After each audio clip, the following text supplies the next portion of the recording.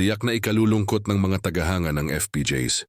Batang Quiapo ang balitang hanggang sa Enero 2026 na lamang mapapanood ang kanilang paborito at sinusubaybayang action drama series kung saan natutunghayan ang Batang Quiapo sa Kapamilya Channel A to Z at TV5. Sa Pebrero o Marso 2026, painaasahang magwawakas ang programang pinagbibidahan ni Coco Martin. Pero ayon sa isang insider, mapapaaga ang pagwawakas ng Batang Quiapo. Kaya may mga karakter na isa-isa nang nagpapaalam. Nagsimulang umere ang Batang Quiapo sa telebisyon. Noong Pebrero 3, 2023, hindi pa naglalabas ng opisyal na pahayag ang mga kinauukulan tungkol sa napipintong biglaang pagpapaalam sa telebisyon ng serye ni Coco.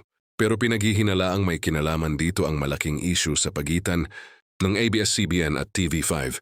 Noong Disyembre 4, 2025, kinumpirma ng pamunuan ng ABS-CBN na natanggap nila mula sa TV5 ang Notice of Termination para sa kanilang TV Content Supply Agreement dahil sa mga utang na hindi nababayaran.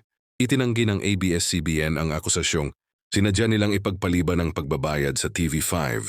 Nagkaroon man ng lamat ang relasyon ng ABS-CBN at TV5, may mga espekulasyong magkakaroon ng mga proyekto si Coco sa kumpanya ni Manny V. Pangilinan dahil sa kanilang pagpupulong na naganap noong October 23, 2025. Nangyari ang pag-uusap nina Coco at Pangilinan bago pa ipinadala ng TV5 sa ABS-CBN ang Notice of Termination para sa TV Content Supply Agreement nila.